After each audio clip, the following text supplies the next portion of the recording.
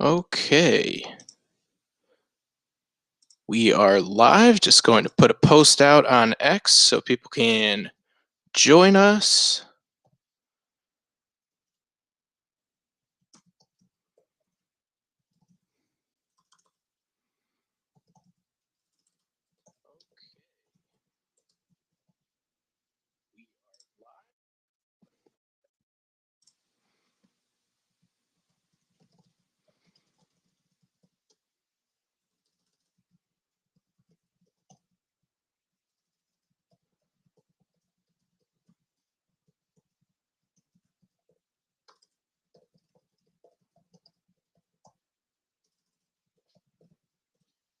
All right, there we go. Got our post up on X, and we are ready to go. Okay, round two is complete.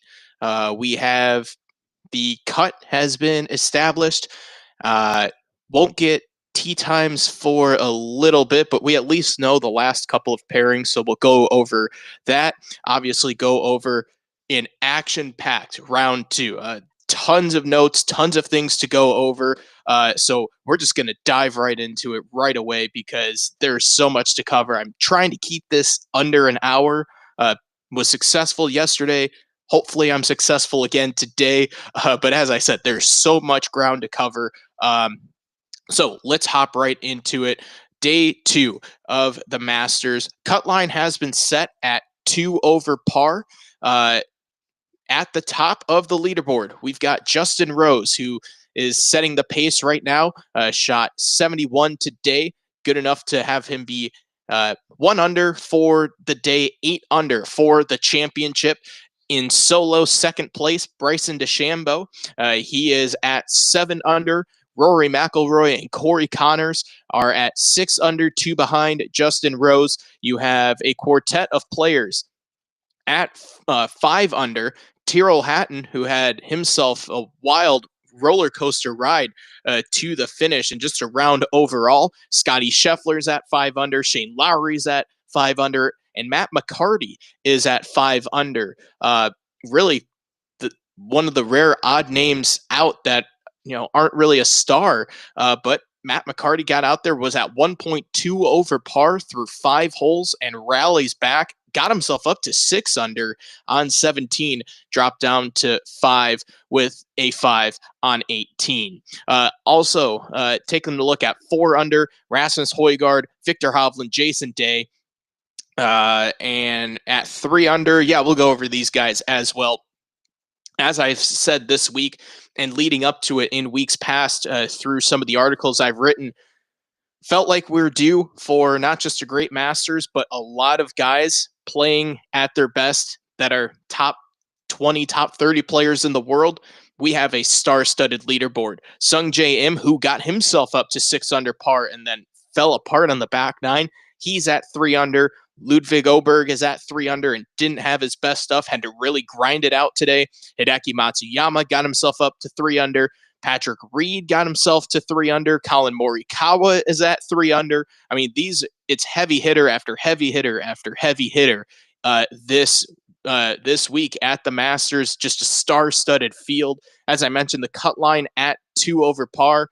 A couple of notable names just sneaking in: Tom Kim, Jordan Spieth, Joaquin Niemann, all at 2 over par. Jon Rahm just barely got in at 2 over. Akshay Bhatia shockingly had just a wild day for him. Was at 2 under to start things. Was maybe thinking if he could shoot 3 under today, get himself into the mix. Instead, ends up shooting 76, but barely makes the cut. Patrick Cantlay's at 2 over par. And Charles Schwartzel, former Masters champ, at 2 over par. Some notable names that missed the cut. You've got Russ Henley, Dustin Johnson just barely missed the cut. He fell apart on the back nine. Keegan Bradley missing the cut. Bernard Longer, we'll talk more about him in just a moment. He missed the cut. Sergio Garcia, Joe Highsmith, the Bellarmine prep grad, unable to make the cut. Same thing with Seattle legend Fred Couples missing the cut. Brooks Koepka took an 8 on 18, missed the cut. Sepp Straka, he missed it. Phil Mickelson was inside the cut line for a while and fell apart on the back nine, including finding the water shockingly on 16 to miss the cut. So a lot of names out there that, we get to the Masters every year and we look at the leaderboard, and I mean, someone has to miss the cut, right? But it's still surprising when you those names have missed the cut. But I think the bigger story this week is just how loaded the top portion of the leaderboard is. Let's go over Justin Rose's round today. Nothing too special. Probably the most special thing is the fact that he is continuously putting well. Gained over 2 strokes putting today, which isn't going to be like the best. He got him inside the top 10. It's 8th for most strokes gained putting today, but he has been outstanding, gaining 3.68 strokes on the putting green. That puts him number 1 in the week. Just gained a little over 2 today. Yesterday, he gained well over 5. So he has been outstanding putting, and that's why he was able to maintain his lead today. Didn't have his best stuff, lost over a stroke on approach shots, and tee to green, lost about half a stroke, but the putter, it's been able to save him. And you look at everybody that's inside of the top 10 for the most part, other than Tyrrell Hatton, everyone's gaining strokes on the field putting to some degree, some significantly more than others, like Justin Rose. Also taking a look at Shane Lowry, Bryson DeChambeau, but really impressive stuff from Justin Rose today to get himself just around the course. And it's like I was talking about, I can't remember what day it was, but I think it might have been Wednesday when I was talking about how for Scotty Scheffler, coming off of last year, when you have such a great performance, how do you follow that up? Well, that's the same thing for Justin Rose. How do you follow up that really could have been a 64, but it's a 65? You outclass the field in every way. How do you follow that up? And he has so much knowledge, and he's one of the rare non-champions that has all of this knowledge and all of this experience, not just from the Masters, but you think of all the Opens that he's been a part of, U.S. Opens, PGA Championships, Ryder Cups, and PGA Tour career. He has so much of that knowledge to get himself around, and he did enough work yesterday to where he could shoot 71, get himself just into that final pairing, and bounce back tomorrow and try and get himself maybe another sub 70 round. But impressive stuff from Rose. I thought his birdie putt on 11, amazing. It was perfect speed down the hill. And then he followed that up on 12 by throwing an absolute dart. Had a really good portion there at Amen Corner. Got himself the birdie on 12, bogeyed 14, came back with a birdie on 16, bogeyed 17, and got himself in the house with that 71. But you're looking at a lot of these guys inside, really all of these guys taking advantage of the par 5s. Rose didn't do that on the back 9, got 2 birdies on the front, both of those on the par 5s, played the par 5s 13 and 15 even. So that's something that surely he'll be looking to change, as yesterday he birdied 3 of the 4 par 5s, only wasn't able to birdie 13. So Justin Rose, solid round today, just got himself around. I would expect him to go 70 or better tomorrow. I think that's going to be probably the benchmark. If he wants to keep the lead, certainly there's going to be some low numbers out there, but I think for him to at least try and remain in the final pairing, you're looking at some sort of 70 or better at least. He might need a little bit better than that. We'll have to see how things play out today. The course, it was, looking at the waves, morning waves certainly got the benefit of the rain last night. There was a little bit of moisture, and you could hear when Rory McIlroy was talking in his post-round press conference. This was with Scott Van Pelt on ESPN before he went to before he, I believe, did some other media obligations. But when he was talking with SVP, and he talked a little bit about that moisture from the rain and how the course is a little bit more receptive today, and that really benefited the morning wave.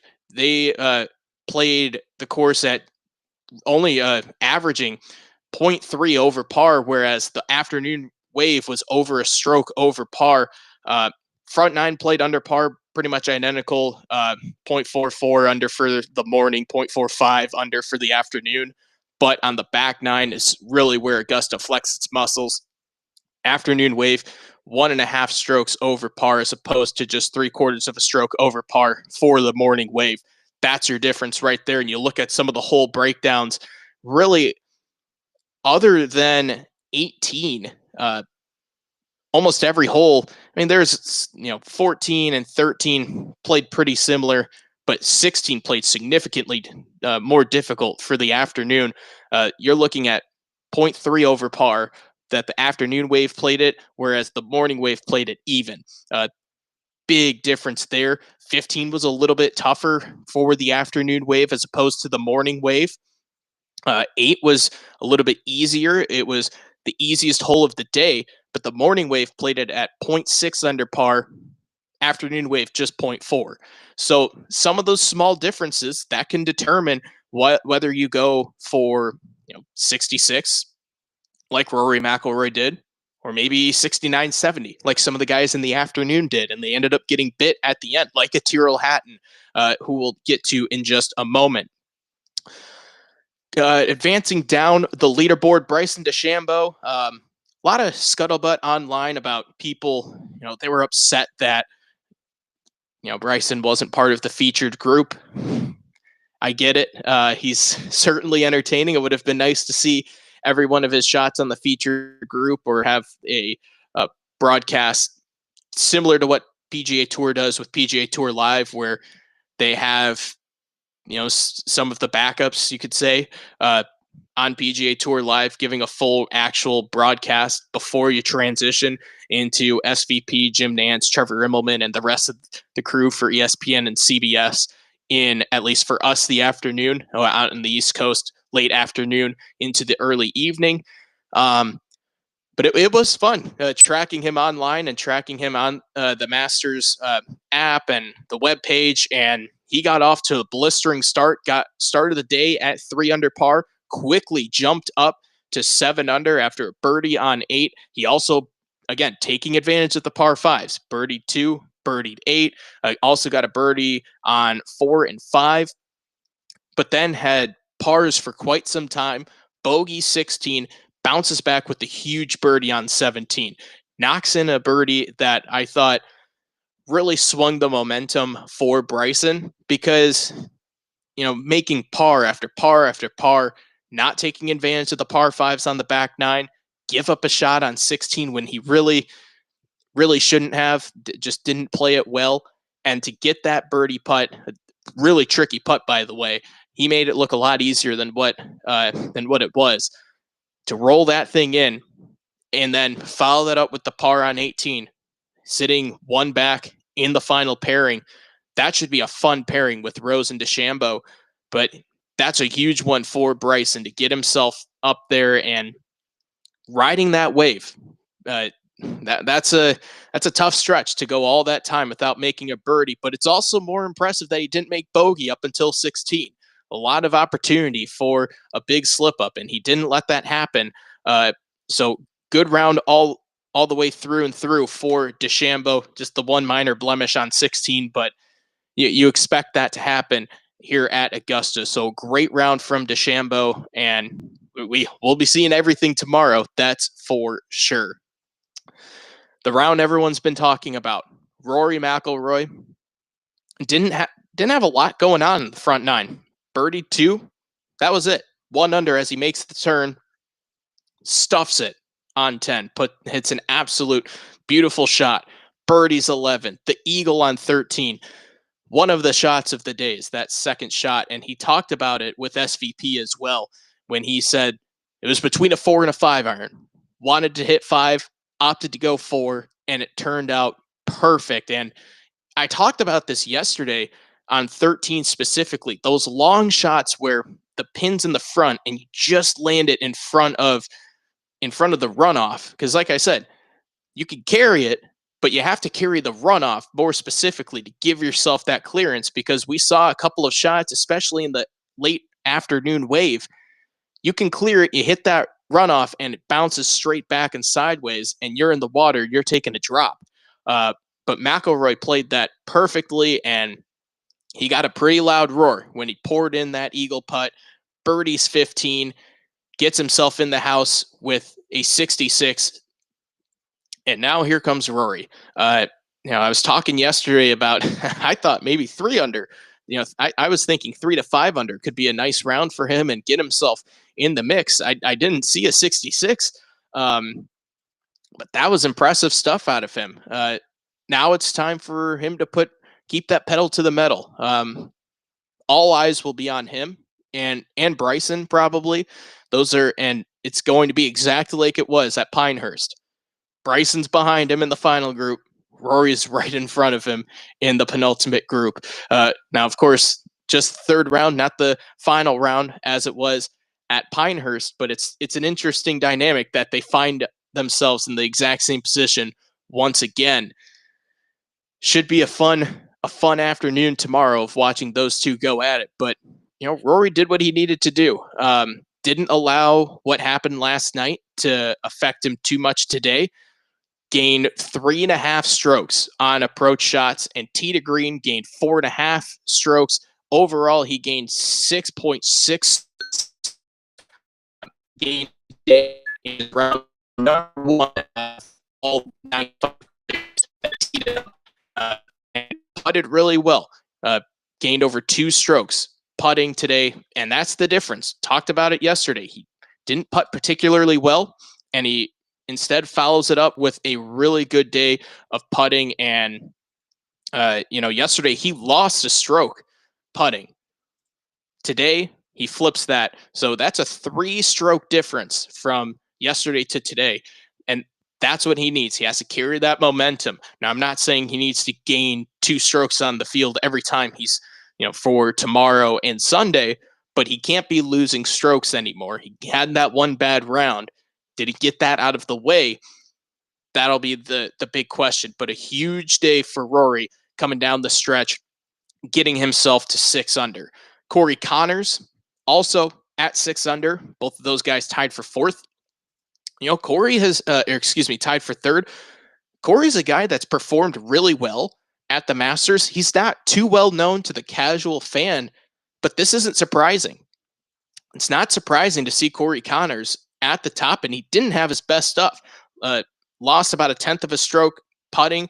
Lost not much, only barely lost anything around the green, but that's still not good enough if you're trying to win. But his shots gained approach over 2.2 strokes gained. So he did a good job there, and also tee to green nearly gained 3 strokes on the field from tee to green. So it's not surprising that Corey Conners is here. He's had a lot of good finishes in the past. Recently hasn't had his A game, but this is a course that clearly fits his eye. And he rightfully is in the penultimate pairing going into the 3rd round. Will be interesting to see. Can he maintain that? And under pressure, can he hold steady and maybe see himself in the same spot again tomorrow night? That'll be a big question for someone like Corey Conners. Someone who we don't know what to expect is Matt McCarty. Had himself a tremendous day putting, was 2nd in strokes gained on the putting surface, 3.70. He gained on the putting green. Had a great day shooting 68. Had 4 birdies in a row from 6, 7, 8, and 9. And this is after a double bogey and bogey start. So talk about not taking advantage of the par 5s, at least at the start. Bogeying number 2, which is pretty, you almost have to try to bogey it, especially for one of these pros.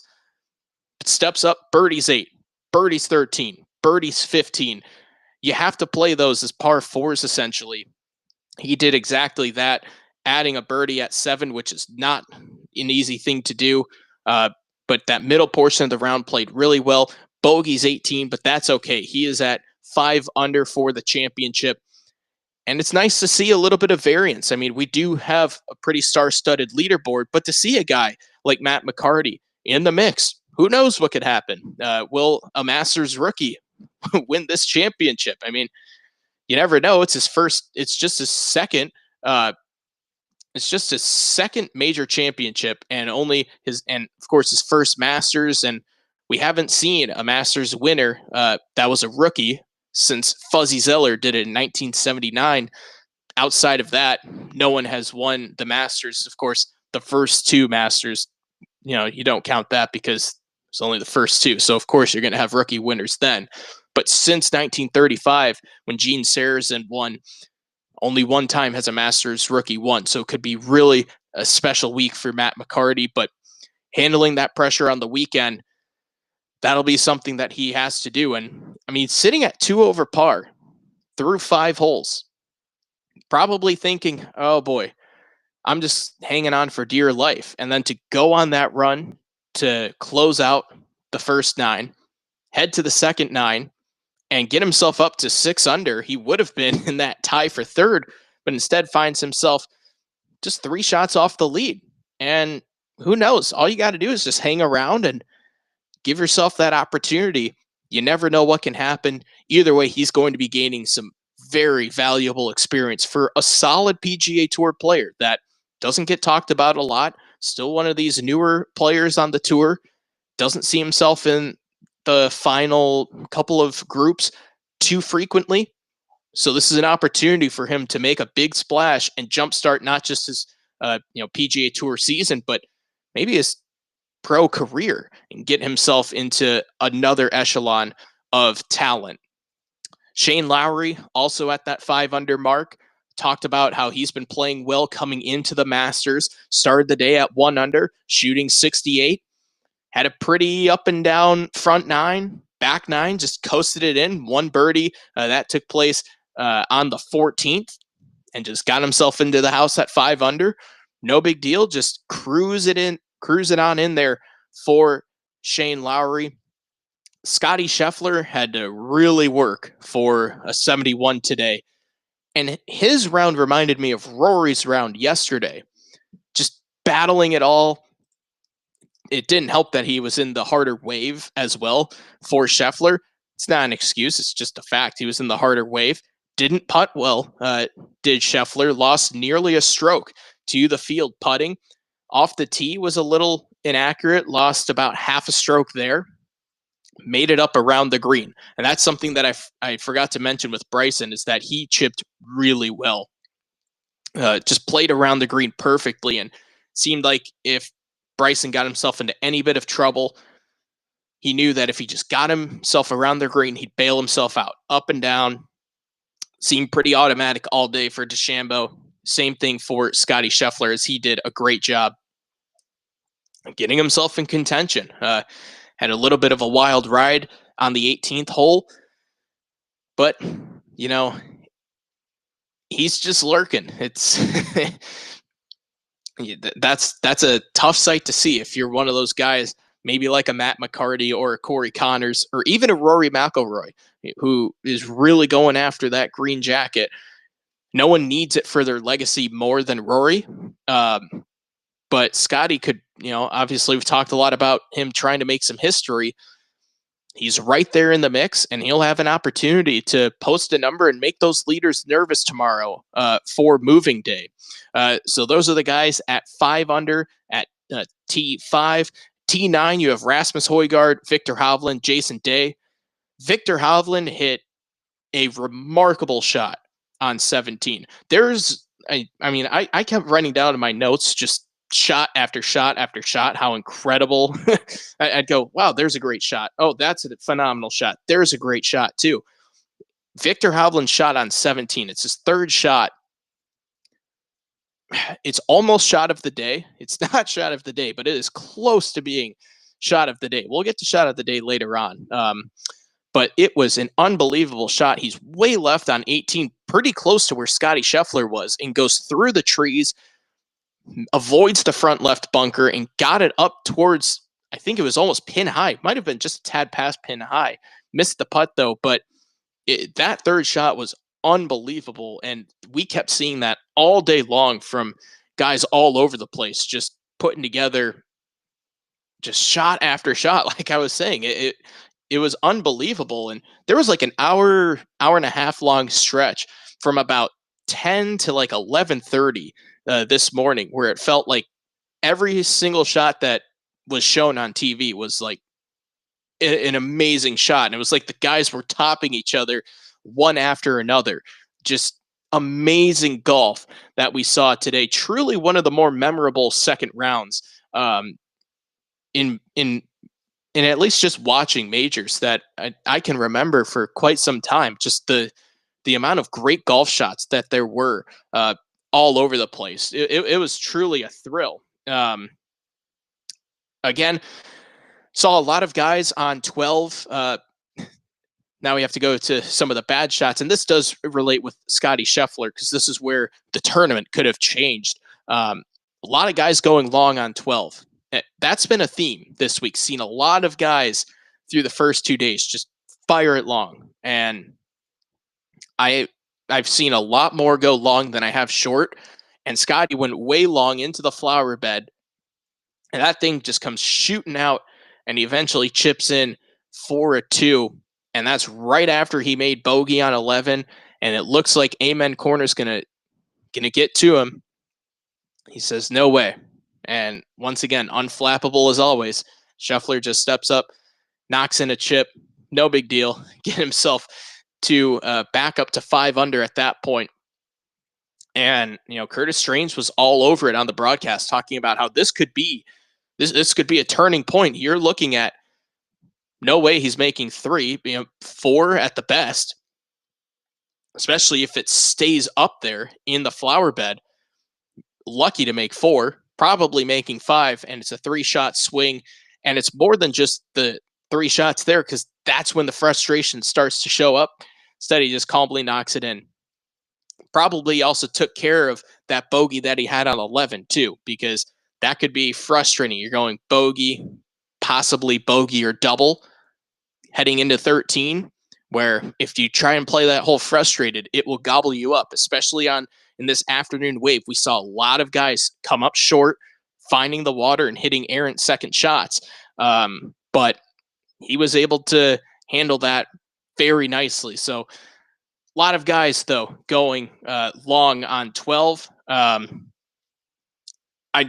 I do want to talk a little bit about Ludvig Åberg, though. He talked yesterday. About patience around Augusta, and you have to be patient when you're playing at the Masters. And the second you lose that patience and lose that focus, Augusta takes advantage of you. And I thought he showed that very well, especially on 10, but throughout this round today. He shot 73, but he didn't shoot himself out of it. I think that's the biggest key. Now, maybe doesn't have as much pressure going into tomorrow. He'll be probably, not in the middle of the pack, but towards the end of the pairings, but not one of the final pairings. A little less pressure. And he could just, I don't want to say quietly, but he could put together like 67, 66, vault himself up the leaderboard just like that in an instant. Wouldn't be surprised if we see that out of him. The course clearly fits his eye, but I really liked what he said. And Brandel Chambly on Live from last night was talking about how you never see him get mad. You never see him throw temper tantrums, and essentially that he's the quintessential superstar that golf could use moving forward. And I couldn't agree more. I think that Ludvig is certainly going to be a star. It'd be shocking if he doesn't win multiple majors. I mean, you're looking at least 2 or 3 for Ludvig. I mean, barring significant injury, of course. It feels like he's almost in that territory Jordan Spieth was like 10 years ago, where there's so much potential, there's so much talent. You just hope that it doesn't fall off like it has for Spieth, because Ludvig could be truly an international star and be one of these guys that is racking up majors. And who knows, maybe he's giving it a go for the career Grand Slam one day. But it looks like he's got some majors in his future, and love the attitude that he has and just the way how he carries himself. And certainly is a role model for all golfers, whether you've been playing for 50 years or you're 7, 8, 9 years old and just getting started in golf. That's definitely someone that you want to role model, not just their swing, but their personality and the way that he carries himself, both on and off the course. Had an episode in Full Swing. It was fun to follow uh, him around for that on Full Swing that they put together, and I think yeah, Ludwig has a very bright future. That's pretty obvious, but certainly wouldn't be surprising if he's chasing a career Grand Slam at some point in his career.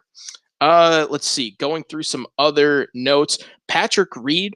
I want to talk about him a little bit. There hasn't been a lot of Patrick Reed talk. He's lurking too. Not like a Scotty Scheffler type level of threat, but he's there and he's a past champion. He knows how to win here. A lot of non-past champions. Uh, you know, Scotty, obviously, past champion above him. Other than that, no one else. Hideki is also at 3 under, but it's him, Hideki, and Scotty all at 3 under or better. Those are the only past champions. And I think that experience could really help out Patrick Reed, get himself inside the top 5. Maybe he plays his way into some of those last pairings on Sunday. Had a crazy eagle on number 2 where he hit 3-wood off the tee, hits 3-wood for his second shot, and holes out from just short of the bunker. Got himself an eagle too. Just had an up and down round after that, but got himself in at 70. 3 under for the championship, and a pretty solid spot for Patrick Reed. I just wanted to shout out that eagle that he had on the second. And, say what you want about Patrick Reed. The guy knows how to play Augusta pretty well. He has a pretty solid track record there, obviously winning it, but in years prior, he's also performed very well. And it's not surprising to see him, one of those cream of the crop that are rising up. And I think tomorrow could be a day where Patrick Reed, wouldn't be shocking if we see him fire a low round tomorrow, maybe one of the lower rounds of the day, and have him continue to rise up the leaderboard and hover around and use that experience to get himself really in contention. He's in contention now, but he needs some help, and he really needs a couple of low rounds. If he fires a really low round tomorrow, that could really flip the script for Patrick Reed. And boy, if he could be a 2-time major champion, especially 2-time Masters champion, and with what he's done at some previous Ryder Cups, the way how we remember Patrick Reed could be a whole lot different than the way how we remember him right now. Let's see. Talked about Bryson. He had a hell of a par on 10 where he went long, hit a second shot into the pine straw, and hit an excellent chip. I highly recommend you go watch that chip. I have no idea how he got it that close, but again, that just shows the difference between what it's like as a pro and even what some of these high-level pros. I mean, there's some guys even in the top of the leaderboard that can't pull off that shot as well as Bryson did under pressure, knowing that he has a big crowd around him, and he made that look very easy. That is a difficult shot that he pulled off. That stretch on the back 9 for Rory, just to circle back one last time, 3 on 10, 3 on 11, 3 on 12, 3 on 13. How many times do you see that? So had that in my notes as well. Hideki. He nearly eagled the second. He hit a shot, his second shot on 2. Let's see. He hits a long iron. I can't remember what he hit from there, but he was 246 yards out. I pulled up the shot here just to rewatch it. Nearly goes in. Almost had the double eagle that Louis Oosthuizen had on the second a few years back, and this thing just goes right by the back of the hole. Gave himself about 4 or 5 feet, knocked in the eagle putt there. But that was one of those shots that it was part of that time frame where it seemed like everything was nearly going in, or every shot was dialed in, and just crazy shots left and right. Hideki Matsuyama nearly putting it in from about 250 yards on the second. Victor Hovland had a great birdie on 16 where he rolled one way up the hill, and that's another one of those putts that got himself he got himself up to 6 under at that point. Bogey's the last two to drop down to 4 under. But he's hanging around, and he was talking in his post-round press conference about where he would rate his game at, and he said it's at like a 5. And it's amazing that guys can play. He said at the Valspar when he won, it was at about a 4. And it's like, how can these guys be playing? He's assessing his talent at about a 5 out of 10. But there he is, top first page of the leaderboard. That's a scary thought, especially if he can find something overnight, either tonight, maybe on the range tomorrow, or going into Sunday. Certainly he'll be in the mix too. But Hovland had himself a great day as well. Danny Willett, former champion, he eagled on 9, holed out from 116 yards. I didn't see a whole lot of talk about that at all. But Danny Willett knocks it in from the fairway there for the only 2 of the day on 9. Let's see.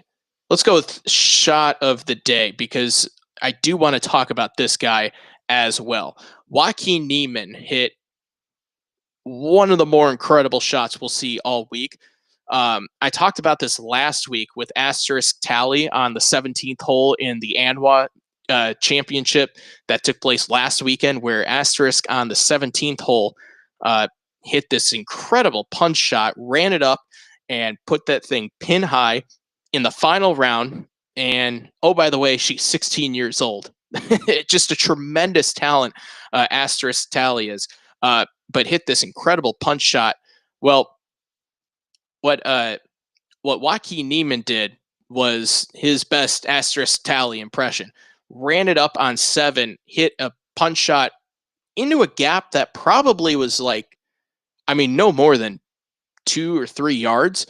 Ran it in between the bunkers on the left side that guard the green, and it went up to about pin high. Now, he didn't end up making the putt, but probably the best shot of the week so far. I mean, that was unbelievable. It's going to take quite a bit to beat that shot. And it just shows how all these people online, they say, oh, how hard could it be to play Augusta?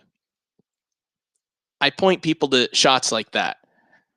Under pressure, with people watching you, and you get one crack at it. And that's it.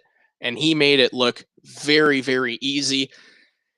And then had a rough back 9, shot 40. And I talked about this as well, where if he wants to be recognized as one of the top players in the world, it's time for him to start really performing in these majors. Only one top 20 in any major in his career. And he finds himself 2 over par, barely making the cut, tied for 40th, played the back 9 pretty poorly, bogeyed 13, birdied 14, which is a bright spot, but then doubled 15. And that's not taking advantage of the par 5s. He took advantage of the par 5s on the front 9, shot 34. Can't do it on the back 9, ends up shooting 40, and really shot himself out of a chance at putting on the green jacket, or at the very least, solidifying himself as a top 15, top 10 player in the world.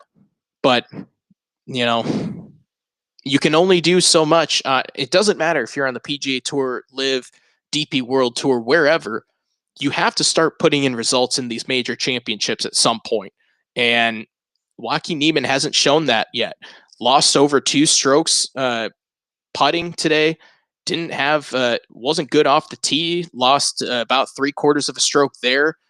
I mean, that's just not top 10 player in the world material when you need it most. And it's not like his reputation's on the line, because we know he's a really good player. He's certainly, as I said, probably in that top 10 to top 15, top 10, top 20 player in the world.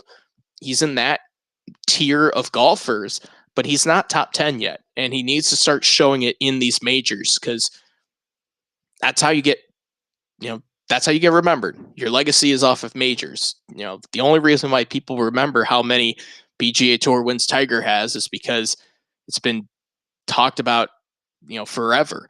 But no one knows how many times Rory's won on the PGA Tour, or Scotty Scheffler, or Xander Schauffele, or any of these guys. All they care about is how many majors. Phil Mickelson, or Brooks Koepka. I mean, go on, pick out any golfer. You're not going to remember how many wins they have on their tour. You're going to remember how many majors they have, and that's why that's why I brought it up earlier in the week. And Joaquin Niemann, once again, not showing that he's up to the task yet, but it seems like at some point he needs to either turn it on and get himself into that top 15, top 10 couple of times this year. I mean, probably for the next 3 majors. If he wants to maintain that status, I mean, you have to finish top 10 in the majors for the rest of the year, I think, if you want to be a top 10 player in the world and have at least a legitimate chance at winning a major at some point. Otherwise, I don't see how you can validate the argument for him being top 10 player in the world. I just don't see it right now. Good player, not great. But he does get shot of the day after all of that. Pulled off an outstanding shot on the 7th. All right, Dustin Johnson. Ooh, boy, him and Brooks Koepka are going to have a tough time sleeping tonight. Dustin Johnson looks like he's going to make the cut with ease. Bogey 17. Okay, he's at 1 over. After 17, looks all right. Doubles 18. 3 over par. Shoots 73 on the day. Misses the cut by 1. That's tough. DJ's been the subject of a lot of conversation of if he, there's been some people that say he's a semi-retired player. I wouldn't go that far. I mean, but there have been rumors that he maybe hasn't been practicing as much as maybe he has in the past. And we're kind of seeing this time and time again, even on Live, where DJ will have a good round. Typically, it's like the first round. He'll post 68, 69, somewhere in that 2 to 4 under par. But then the other couple rounds, it's like, where did he go? I can't remember if it was Live Miami or not, but either way, one of the last 2 tournaments, he had like, I think he was in the top 5 or top 10. And then, so I'm thinking, oh, okay, maybe DJ will hang around here and get himself some momentum going into Augusta, and completely ejected and was in like the middle of the pack by the end of the tournament. And it's just surprising because Dustin Johnson, I mean, it's a good thing he got that Masters in 2020, but with his talent, gosh, you're looking at a guy that probably should have 3 or 4 majors and put himself in contention quite a bit for at least a decade or so, constantly up towards the top, but couldn't get the job done. Was able to get it done in Oakmont in 2016. And of course, in 2020, with that world-class performance at the Masters.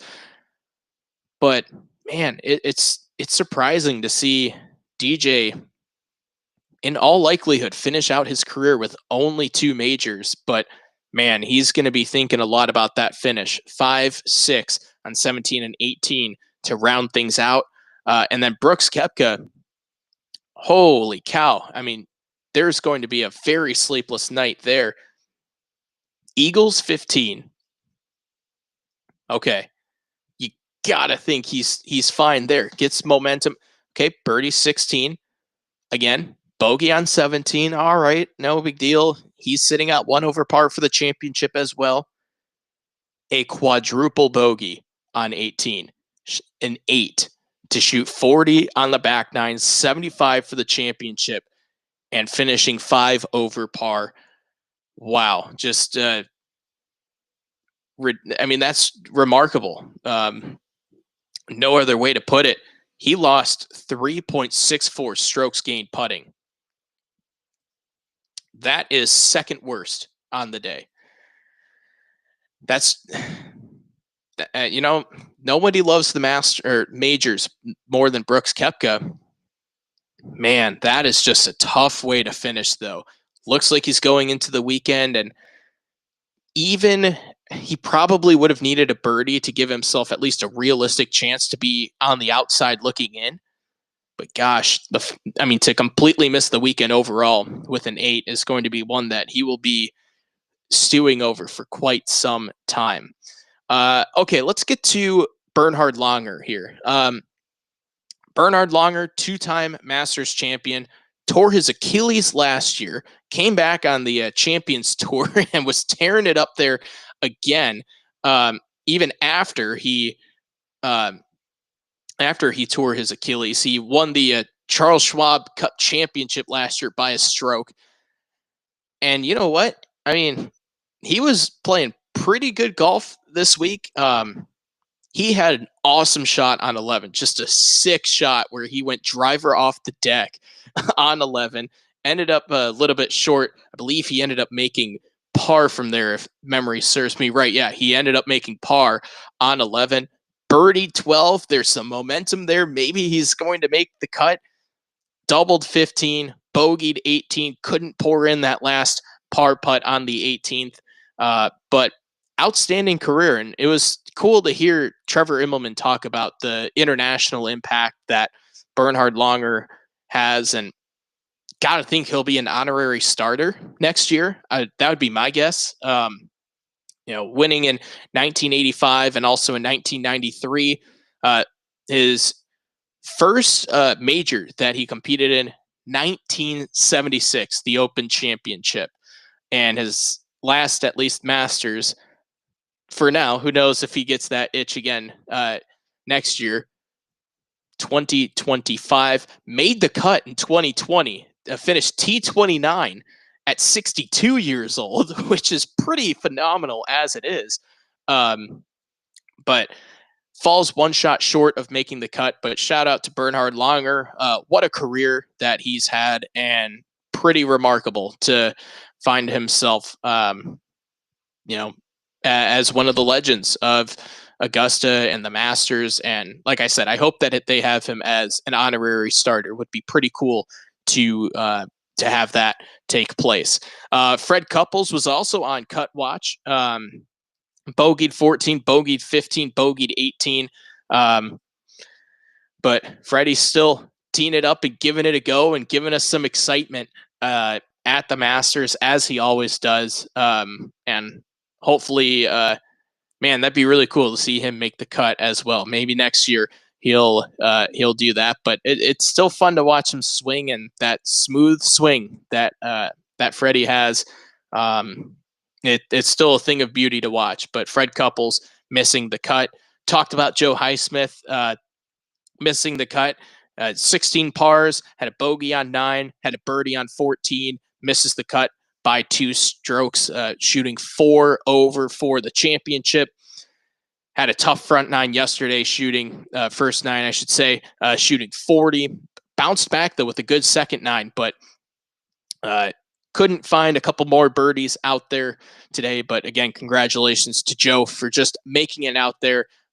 Surely he had all of Bellarmine Prep rooting for him, but it's cool that another local connection, able to play at the Masters, and had a pretty decent showing, hanging around there, and almost made the weekend. I do want to shout out Nick Dunlap.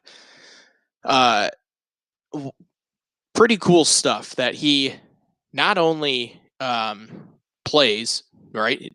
Because it's so easy to withdraw. So easy to give the phony, my back hurts, or, I got a wrist injury or whatever. That's not in his DNA. And he was awesome on shots, on strokes gained approach. Gained over 4 shots, which was second best on the day. strokes gained, nearly gained 2 strokes putting, shoots 71, bogeyed the last 3 coming in, but almost had a sub 70 round. But after shooting 90 yesterday to shoot 19 strokes better, just, round of applause for Nick Dunlap for just coming out and competing, giving it his all, enjoying it, not withdrawing. And that's the spirit of the Masters. You're going to give it your all, regardless of where you are in the field, regardless of knowing, I don't have a chance to win today, or I don't have a chance to make the cut, but I'm still going to give it my all. I'm going to fight like hell. And I love that from Nick Dunlap. And I just wanted to give him his praises because, I mean, it's tough to see someone shoot 90. And I mean, his shots on 3 off the tee, I mean, oh my gosh, those are some of the worst swings that I've ever seen a pro make. I mean, he looked like, one of the weekend hacks that you see out on your course. It was just not, you can tell there's he's really battling something, just mentally trying to figure out his swing.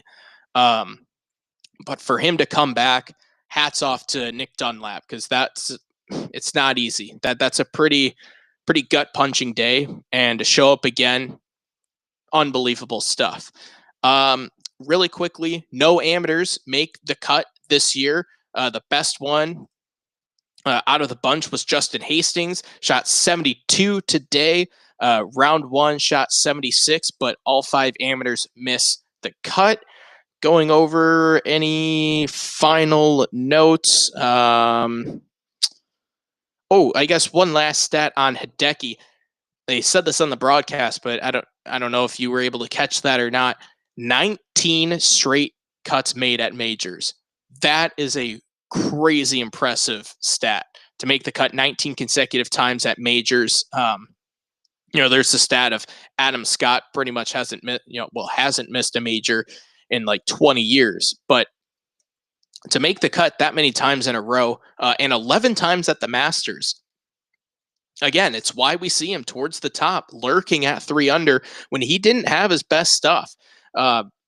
He nearly lost 2 strokes putting today, but gained 4.43 strokes gained on approach, which is number 1.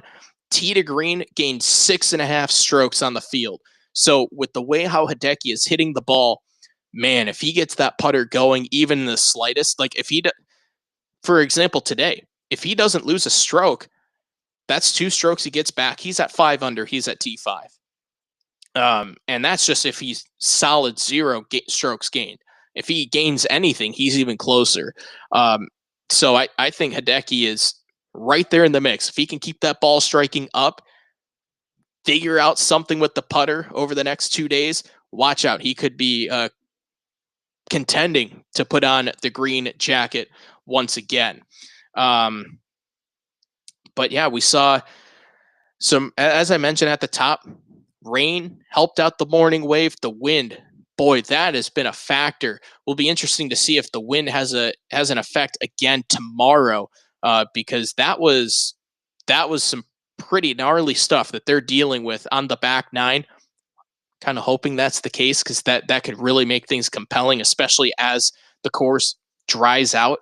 But we've got ourselves a great weekend at the Masters. My pick, Justin Thomas, just to do some auditing. Let's see, JT didn't have he's just been fighting it this week. Got himself to even after starting the day 1 over. I don't think that's in contention. I mean, I guess to put a bow on this, T22 is 1 under, T27 is even. And I'm, I'll just use my baseline of, let's say 11 under gets you into a playoff.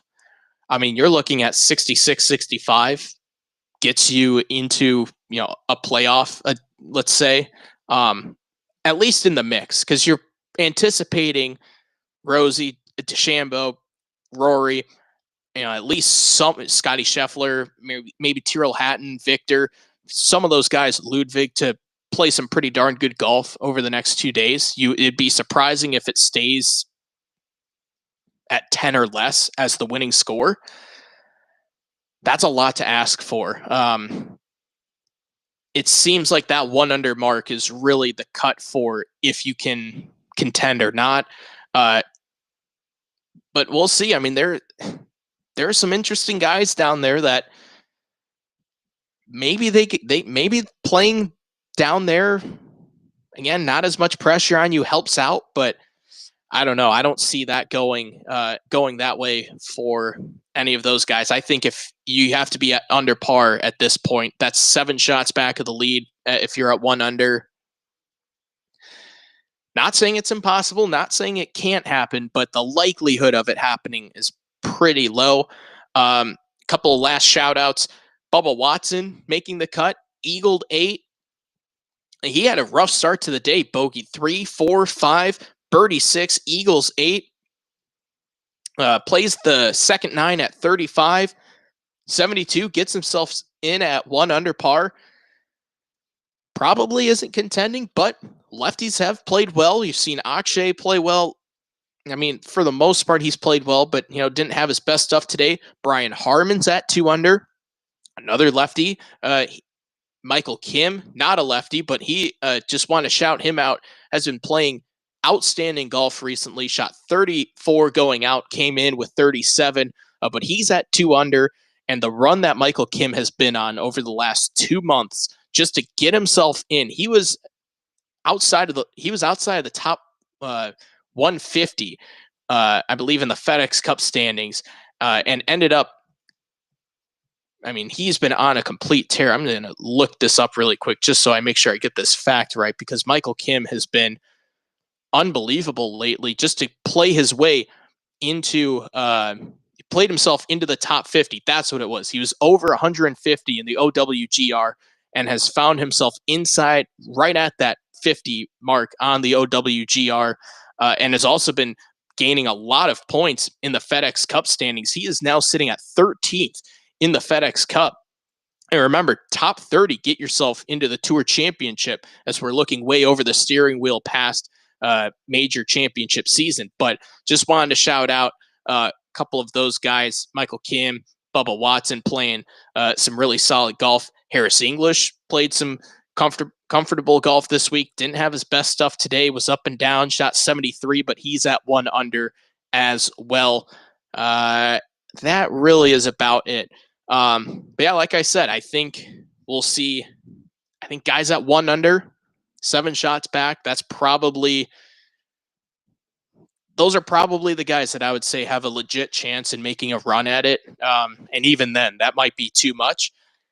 But we've got ourselves a great day coming up tomorrow.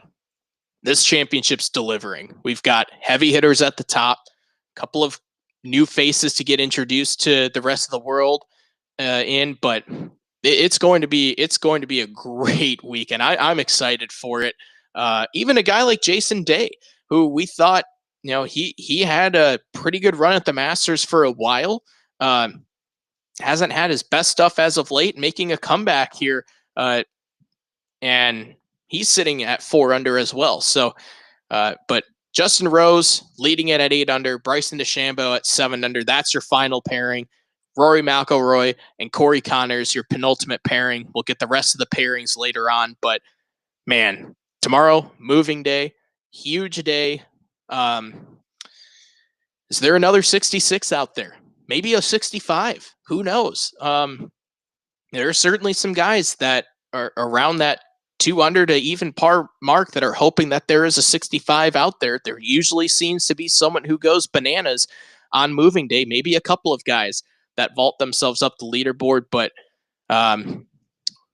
either way, it seems like we're going to have ourselves another thrilling Masters. It's been a while since we've had one of those down the stretch, but I think we're in for a really good one. We'll be back at it again tomorrow night, as long as nothing has changed on Baby Watch. We will be back again tomorrow for another live show recapping the 3rd round. And then, of course, on Sunday, same thing applies. As long as Baby Watch isn't going into effect, we will be back for 4 straight days of YouTube Live recaps. Thanks again for watching and tuning in. Really appreciate it. Right at around an hour. So I tried, but there was just so much to get to today. Tried to speed run through everything. But like I said, we'll be back at it again whenever play concludes, a few minutes after that. So make sure that you are following us on X at your ESN. At the website, I'll post as soon as this is done. I'll post the link to the show. So if you need to rewatch or someone else wants to rewatch, head over to elisportsnetwork.com. Make sure you get tuned in for not just my coverage, but also other coverage as well on our website. So elisportsnetwork.com. Look out for our posts on X at your ESN. And that will do it for round 2 recap of the Masters. Hope you enjoyed it. We've got a good day tomorrow. Moving day. Should be fun. We'll be back to recap it again tomorrow. Have a great and safe night and enjoy moving day.